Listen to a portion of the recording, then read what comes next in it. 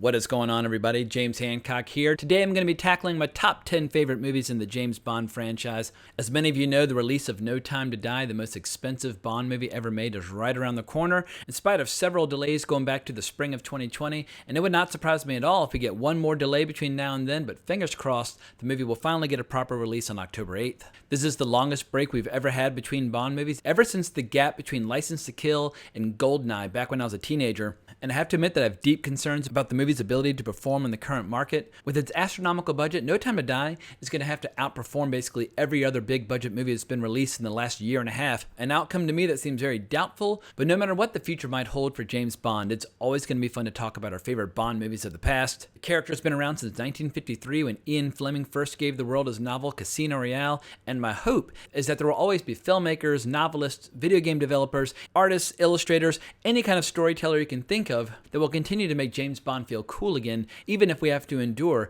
the occasional dry patch. The big question is always, what makes a good Bond movie? Every fan of the character is going to give you a different answer. For my money, only a handful of Bond movies are great across the board, but nearly all of them have something amazing you can point to, like a woman you've been in love with for decades, or a great title sequence, or an astonishing poster, a legendary stunt, or simply a great scene where Bond is showing off his expertise with food, drinks, gambling, or any other subject he feels like discussing. The flip side is that even my favorite Bond movies might have one or two bits that are unworthy in comparison to the rest of the movie. But no matter how good the villain might be, or what kind of car Bond might be driving, or what exotic trap he might be escaping from, what I've realized over time is that the most important criteria on how we judge this franchise will always be which Bond movies you grew up with. My dad was 12 when Dr. No hit the theaters, and for him, Sean will always be his guy. I saw For Your Eyes Only at age 5, so naturally I love the Roger Moore era, and I have a little brother who's 12 years my junior who adores Pierce Brosnan. And then I have other siblings who are more than a quarter century younger than I am who think Daniel Craig is a total badass. And I agree, he is a badass. He's just not my favorite Bond. Because I think whatever your first great Bond movie-going experience might be, you can't casually disregard that or overlook that. My little sister, who doesn't even like movies, she saw Skyfall at age 10. It blew her mind. She sang the theme song for months, so naturally for her, Daniel Craig will be her Bond until the end of time. My long-winded point in all of this is that Bond fans naturally are going to embrace whatever bias they might have, and they should. Whether fans have been there since day one with the books and the early movies, or they discovered James Bond through those weeks-long TBS marathons on cable in the 1990s, or through a VHS box set, or simply blowing their friends' heads off playing one of the all-time great first-person shooters, Goldeneye, on the N64. I always enjoy discussing the character with any diehard fan of the franchise, but I must admit that a few of my opinions that I've clung to for decades have recently evolved a little bit due to getting into Ian Fleming's original books, and no, I'm not wagging my finger in disapproval, far from it. The crazy thing is that at age 45, I'm suddenly finding myself liking this franchise more than ever. I read Casino Royale for the first time a few years ago, and recently decided to get back into the books. I ripped right through Live and Let Die and Moonraker in a couple days, and I'm thoroughly enjoying Diamonds Are Forever. And what's so much fun is how after decades of rewatching these movies, suddenly I'm discovering for the first time this ocean of kick-ass Bond stories for the first time. I'm determined to get up through at least Dr. No, a book which excited a hell of a lot of angry reviews in its day, like one titled Sex, Snobbery, and Sadism by Paul Johnson. And here are a few excerpts. Without doubt, the nastiest book I've ever read. By the time I was a third of the way through, I had to suppress a strong impulse to throw the thing away. And then Johnson continues to call out what he describes as the 3 basic ingredients in Dr. No, all unhealthy, all thoroughly English: the sadism of a schoolboy bully, the mechanical two-dimensional sex longings of a frustrated adolescent, and the crude snob cravings of a suburban adult. And what's funny is how that sounds like something that would have been written as part of today's repressive, censorious cancel culture, but it was written in 1958. It just shows that the more things change, the more things stay the same. In any event, that kind of reaction to a movie or book always lures me in like catnip. And in comparison to their movie adaptations, a lot of these novels are much more ruthless and grounded. Bond is not depicted as an invincible superhero, far from it. He's just a mean and nasty, resourceful badass. But he makes mistakes, he gets hurt, he gets tortured, and I'm totally into it. That approach is a big part of what made the 2006 Casino Royale work so well. And the books have altered the way that I look at certain conventions that were leaned into more heavily in the flicks, like the lengthy wisecracking scenes between Bond and Q. I've always loved these scenes, and I still do. Especially hysterical bits like when Q delivers one of the dirtiest jokes of the series at the end of Moonraker. My God, what's Bond doing? I think he's attempting re-entry, sir. But in the books, Q and Q Branch, they're barely mentioned, at least in the first few books. My understanding is that none of Ian Fleming's books really flesh out this character, but that's cool. Desmond Llewellyn got to make this character his own over the course of 17 films, and he became one of the most beloved aspects of the franchise, just like Bernard Lee as M and Lois Maxwell's Miss Moneypenny. And speaking of which, before I dig into my list, I should give a shout out to some key figures who have all left their fingerprints on these stories. First and foremost, we obviously have Ian Fleming, who wrote 12 novels and 2 collections of short stories featuring James Bond. He famously said, "I try to thrill the reader right down to his taste buds." It's an attitude that many lesser storytellers could learn a lot from. And we have producers Cubby Broccoli and Harry Saltzman, who teamed up to get the franchise up and running and kept it going for decades before passing the baton to the next generation of producers, basically Cubby's kids. Barbara Broccoli started out in the publicity department on The Spy Who Loved Me, before eventually graduating to full-blown producer with Goldeneye, a role that she's maintained on every movie since, working alongside her half-brother Michael G. Wilson, who's been working as a screenwriter and producer going all the way back to Moonraker, but he first got to start as an assistant to his stepdad, Cubby Broccoli, on The Spy Who Loved Me. But founded in 1962, Eon Productions remains one of the coolest family businesses on the face of the planet. But if you look at the key crew on these movies, it's incredible seeing just how many movies they've worked on. Legends like production designer Ken Adam, who worked on 7 Bond films, or artists like Robert McGuinness, who gave us so many stunning posters and book covers over the years. And then we have filmmakers like Guy Hamilton, who directed 4 movies, Terrence Young, who directed 3, Lewis Gilbert, who also directed 3, John Glenn, who got to start working as a second unit director and editor on 3 Bond movies before graduating to directing all 5 Bond movies released during the 1980s. Peter Hunt worked in different capacities as an editor, supervising editor, and assistant director on the first 5 before finally getting a chance to direct on Her Majesty's Secret Service.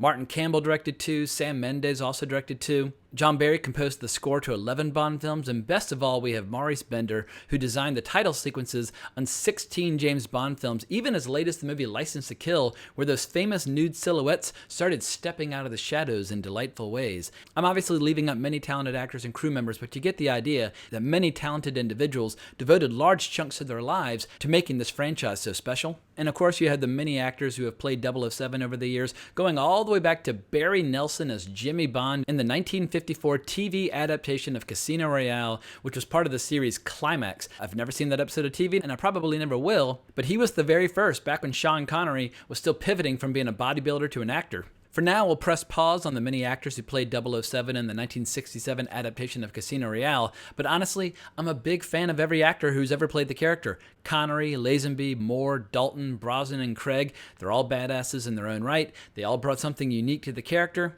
and I can honestly find something to enjoy in all of their movies, even the ones that the actors would like to forget. Pierce Brosnan had a great experience working on Goldeneye, but he says his other 3 outings as a character are basically a blur that he doesn't even remember. And obviously the best will always be Sean Connery. I see him when I read the books, but my favorite will always be Roger Moore. The first 3 Bond movies that I ever saw during my childhood, they all starred Roger Moore, and that is impossible to ignore.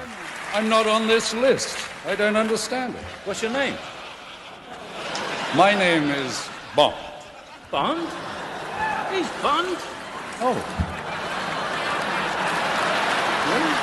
Wait a minute, me! But enough of my bullshitting at this point. Let's get into it with my number 10. We have the movie that made me fall in love with the franchise in the first place, For Your Eyes Only, the beginning of the John Glenn era. Emotionally, I should probably rank it much higher, but the reality is that this movie really only has a few key scenes that I really enjoy. But it doesn't matter.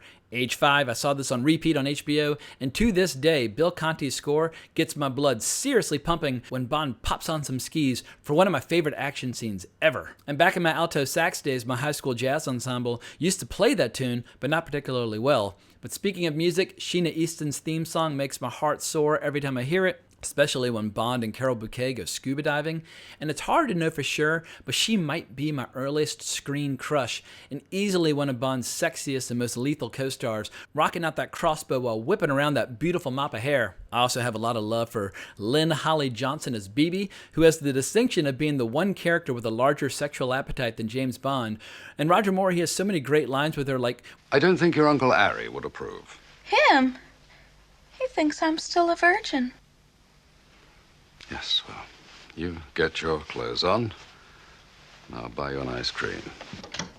but in general I like how grounded this movie is compared to a lot of the other Roger Moore Bond flicks, especially during the epic climbing scene at the conclusion of the movie, as well as during the shark bait sequence, which comes right out of the novel Live and Let Die. The movie actually pulls from several Ian Fleming novels and short stories, and was a very clear pivot by the producers into more realistic terrain after the outer space adventure featured in Moonraker. My only real complaint about this movie is the ridiculous opening with Blofeld, a scene which is played for laughs, a decision that I think is a critical mistake with that character, but on the whole, whether for sentimental or objective reasons, I will always love this movie. In any event, number 9, let's discuss the movie that really got this whole thing going, Dr. No from 1962, directed by Terrence Young. I rewatched this a few days ago and I was blown away by how well it still plays after all these years. The intro of Bond's character playing cards with the lovely Sylvia Trench, that scene and Sean's delivery, it's as iconic as it gets. And their interactions are still wildly sexy, like when Bond returns to his room, dropping to one knee, expecting a life or death battle, only to find her wearing his clothes practicing her golf swing. According to legend, she was supposed to be naked in that scene, but the censors objected. Whether that's true or not, she's one of the rare few lovers in his life who returned in subsequent films, and I really enjoyed getting to see her again early on in From Russia with Love. But in terms of Bond's persona, I love how ruthless he is in Dr. No. The way he tells his would-be killer, that's a Smith & Wesson, and you've had your 6, before blowing him away, that's a style and tone that feels right at home in Fleming's novels. And I love how we can see the formula and the template of future movies slowly coming together in this one, like the classic James Bond theme song, as well as Maurice Bender's gun barrel intro starring stuntman Bob Simons. Connery wouldn't actually appear in the gun barrel intro until the 4th movie. But as far as the Bond formula goes, we have a great portrayal of Bond's pal Felix Leiter. We've got Bond tossing his hat into a hat rack before some good-natured flirting with Miss Moneypenny. I really enjoy the scene where M puts Bond in his place, taking away his beloved Beretta that he loves so dearly, and then replacing it with the iconic Walther PPK. And of course there's the diabolical villain, Dr. No himself, with his steel prosthetic hands, who, like most of the villains throughout the series, kind of sort of wants Bond to be his best friend, or at least acknowledge his skill and genius. And last but certainly not least, this movie introduced the world to Ursula Andress, a strong contender for the best Bond girl ever, striding onto the beach with a knife on her hip, looking like an absolute goddess from Greek mythology, which works because 20 years later, she played Aphrodite in Clash of the Titans. Also, shout out to production designer Ken Adam, whose work on this flick caught the attention of none other than Stanley Kubrick, leading to a gig in one of my all-time favorite movies, Dr. Strangelove. But in the interest of time, I guess I better move on. So for my number 8, I have what will be a slightly controversial choice. Some folks love it, many despise it, but I've got Honor Majesty's Secret Service starring George Lazenby. This role is apparently offered to future Bond actor Timothy Dalton, who was only the tender age of 22 at the time. In any case, the movie features one of my favorite theme songs from any movie franchise ever, perhaps John Barry's masterpiece, and this is a tune that I would play on a loop in the background whenever my friends and I were deep into a serious GoldenEye session on the N64. That's a game I just played religiously for years. But getting back to this movie, I can vividly recall back in college when I was told by a lot of Bond fans that this was the absolute worst Bond movie ever made. So I decided to form my own opinion. I bought the VHS cassette and I kind of liked it. And then as I came back to it over the years, I liked it more and more each time I watched it. And I've heard that Christopher Nolan has described it as his favorite Bond movie, and that it had a massive impact on his approach to the movie Inception. But there's something irresistible about watching this young lad from Australia, who's kind of a lovable dirtbag, bluffing his way through the world's most popular movie franchise, brutally beating the crap out of people, at least when he's not gazing fondly at Playboy centerfolds in the middle of a mission. And Lazenby really shines when he's pretending to be a genealogist in order to infiltrate Blofeld's operation at his Allergy Research Institute in the Swiss Alps. And of course, the patients are all astonishingly beautiful women who look at Bond like he's basically a delicious piece of chicken. Perhaps the funniest bit in the entire history of the series is when one lusty young lady reaches under Bond's kilt to write a room number on his thigh in lipstick. Is anything the matter, Sir Hilary? Just a slight stiffness coming on. But all comedy aside, the movie's actually got some heart. Watching Bond and the Queen of Thorns herself, Diana Rigg, falling in love to the tune of Louis Armstrong's We Have All the Time in the World, I just love it. And her murder wasn't just some throwaway event. It gets referenced later in movies like The Spy Who Loved Me, For Your Eyes Only, and License to Kill, giving the series some real emotional stakes. But Italian legend Gabriele Ferzetti, he deserves a huge shout out, as does director Peter Hunt, who was a Bond veteran after working as an editor and assistant director on the first 5 Bond movies. And what's cool about his approach is how he introduced some really stylish photography and crazy editing techniques that set this movie apart from what came before and after. But most important of all, the movie has a ski sequence. 2 ski sequences actually, and it's kind of ridiculous, but it's in there, which opened the door to 3 legendary ski sequences in later movies. And for my money, Bond should either ski or go scuba diving in every movie as a general rule. But pushing on to number 7, we have Live and Let Die, the movie that indirectly got my main Twitter account suspended after I posted the title sequence. Universal Music Group was not pleased, and they wrote a letter to Twitter asking them to ban several hundred accounts, but that is neither here nor there.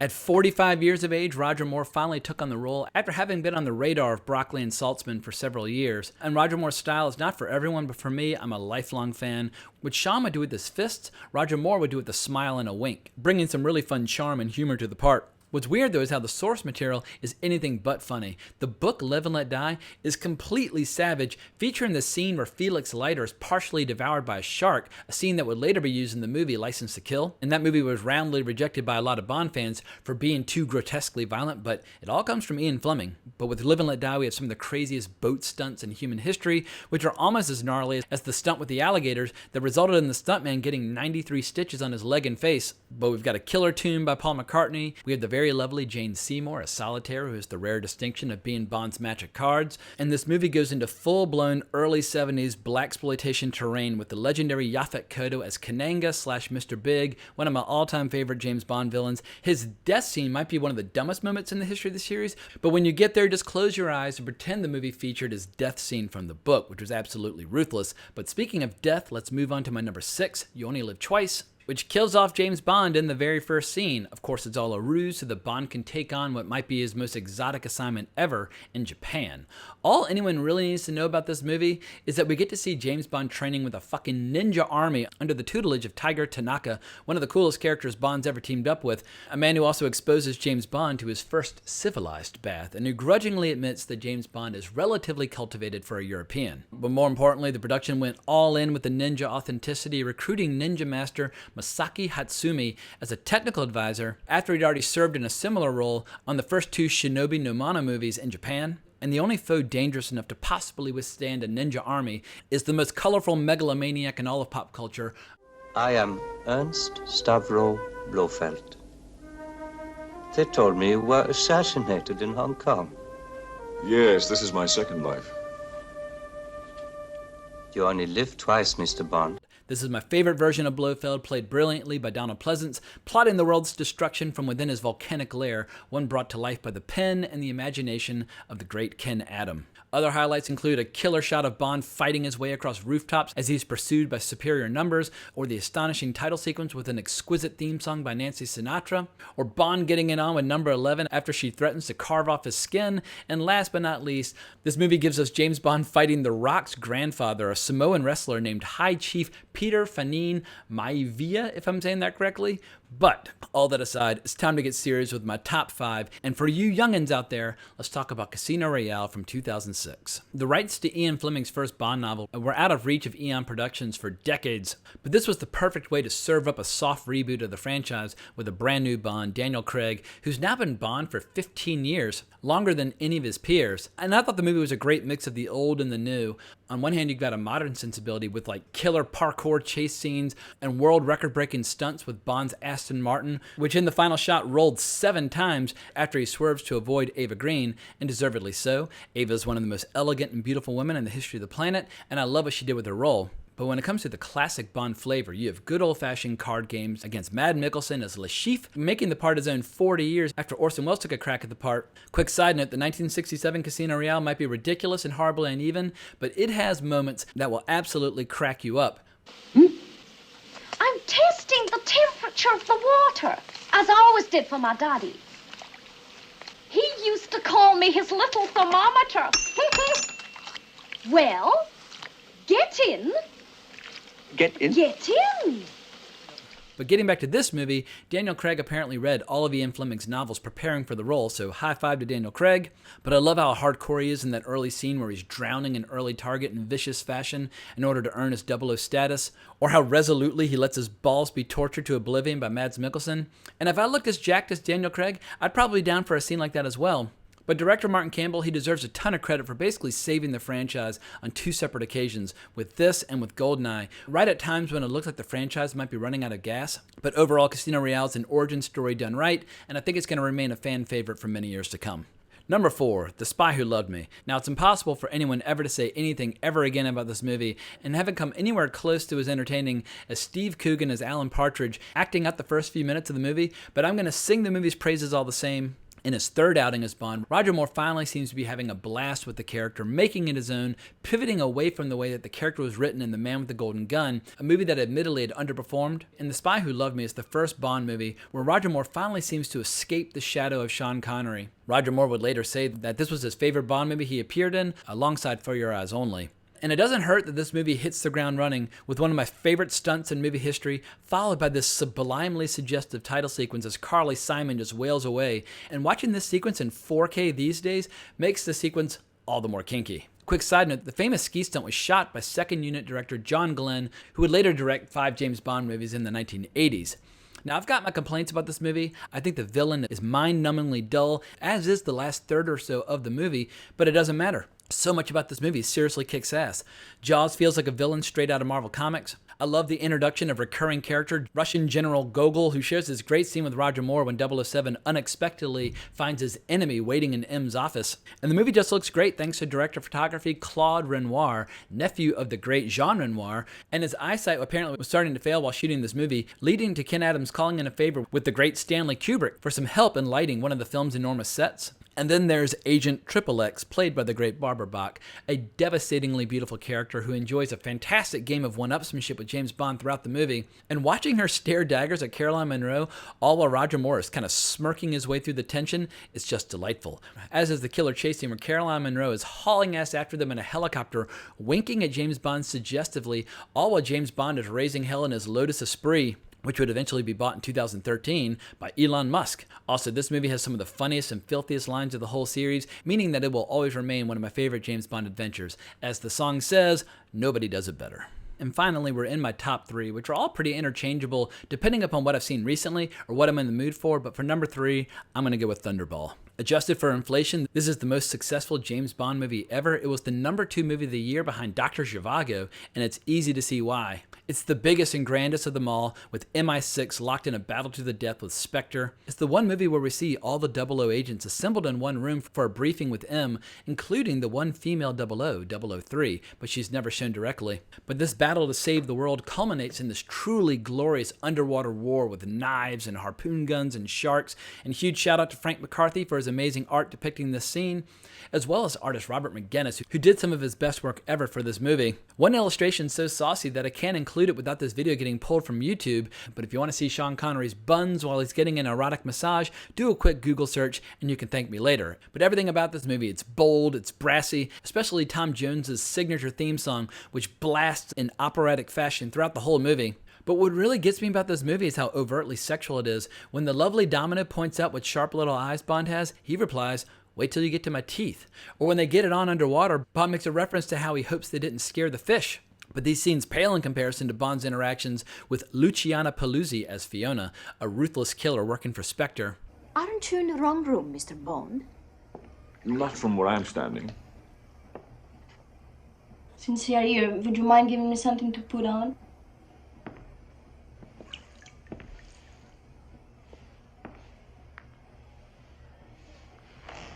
Their first encounter, it's solid gold, and then we get into some really saucy terrain as she proceeds to try and devour Bond whole while in bed. For classic Bond fans, this one is tough to beat, unless you're talking about the next 2 movies, which are always trading body blows in my mind over which is the most definitive Bond movie of them all. So number 2, Sean Connery's personal favorite, From Russia with Love, based on the book that was a personal favorite of President John F. Kennedy. I'm looking forward to reading it, but I need to finish Diamonds Are Forever first. In any case, what makes this movie such a favorite for diehard fans? I can only speak for myself, but first and foremost, the best Bond movies typically feature the best villains.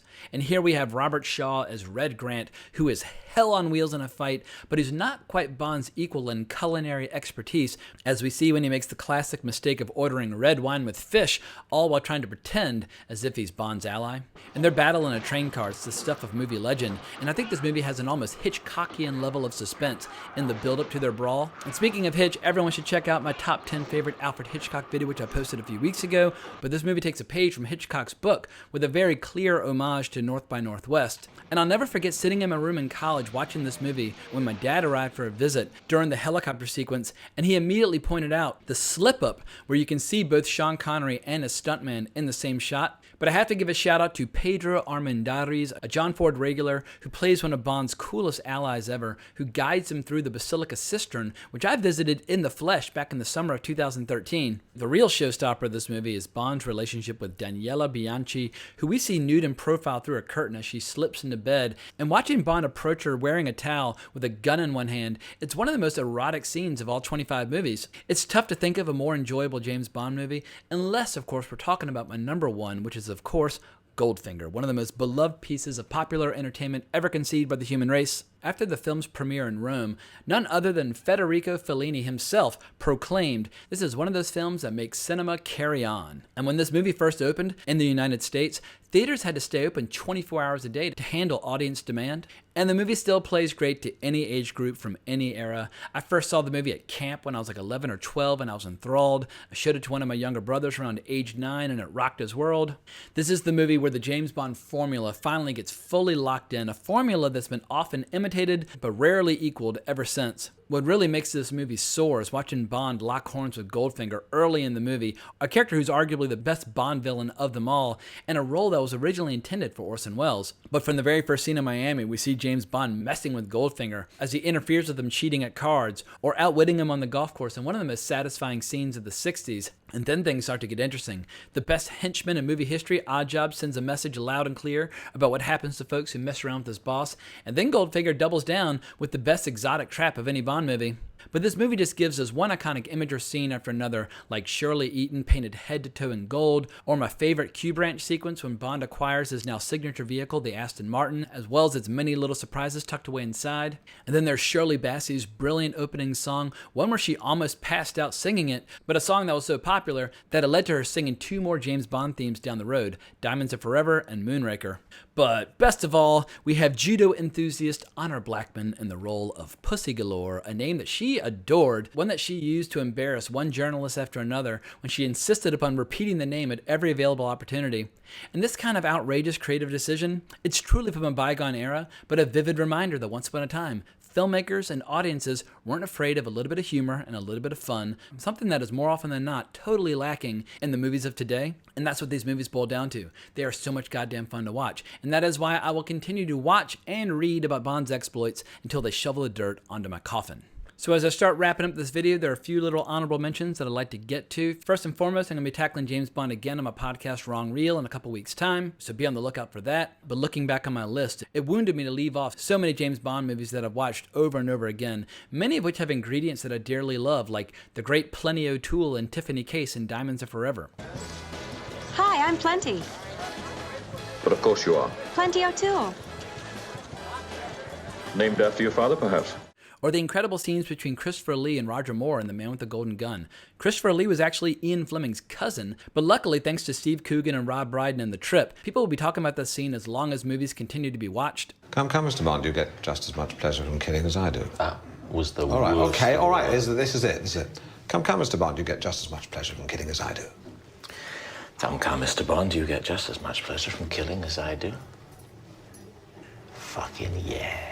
But if books are more your thing, the first 70 pages of Moonraker is one of the most enjoyable reading experiences I've had in years, as Bond and M head to this ultra-exclusive club for a night of fine food and gambling in the first round of combat against the villain Hugo Drax. And there's so much stuff that I haven't mentioned, like Timothy Dalton's underrated work with the character, which is just cold as ice, or the way the early Bond films would tease upcoming movies, a trick that Kevin Feige would lift and borrow for the MCU decades later, or the incredible skiing and snowboarding sequence in A View to a Kill, one which segues right into this rockin' Duran Duran tune. And I just love all the sleazy names scattered throughout the series, like Dr. Goodhead, or the countless scenes where Bond's challenging a villain to cards or golf or hunting or any other gentlemanly pursuit before finally moving in for the kill. And looking ahead to the future, I'd love to see Henry Cavill take a crack at the role. He's the perfect age for the part now, especially if he could work alongside a director like Christopher Nolan or Edgar Wright, or Matthew Vaughn if the Kingsman series ever draws to a close. And speaking of Kingsman, that bit in the first movie where Colin Firth and Samuel L. Jackson are talking about the old Bond movies is just sheer bliss. You like spy movies, Mr. DeVere? Nowadays, they're all a little serious for my taste. The old ones. Marvelous. Give me a far-fetched theatrical plot any day. The old Bond movies. Oh, man. Oh, when I was a kid, that was my dream job. Gentleman spy. My favorite idea for the character is one put forth by artist Tony Stella, who thinks the series should be rebooted back to the 50s and 60s, tackling each book one at a time. It would be like Mad Men, but way fucking cooler. At any rate, if you're itching for more Bond info, I also strongly recommend the documentary Everything or Nothing from 2012. But for now, I think I've said my piece, and I hope you've enjoyed what I've had to say. If so, please smash the like button and remember to subscribe. And if you're looking for more content, be sure to check out my podcast, Wrong Reel. But I can't thank you enough for listening, but more importantly, as always, onwards and upwards.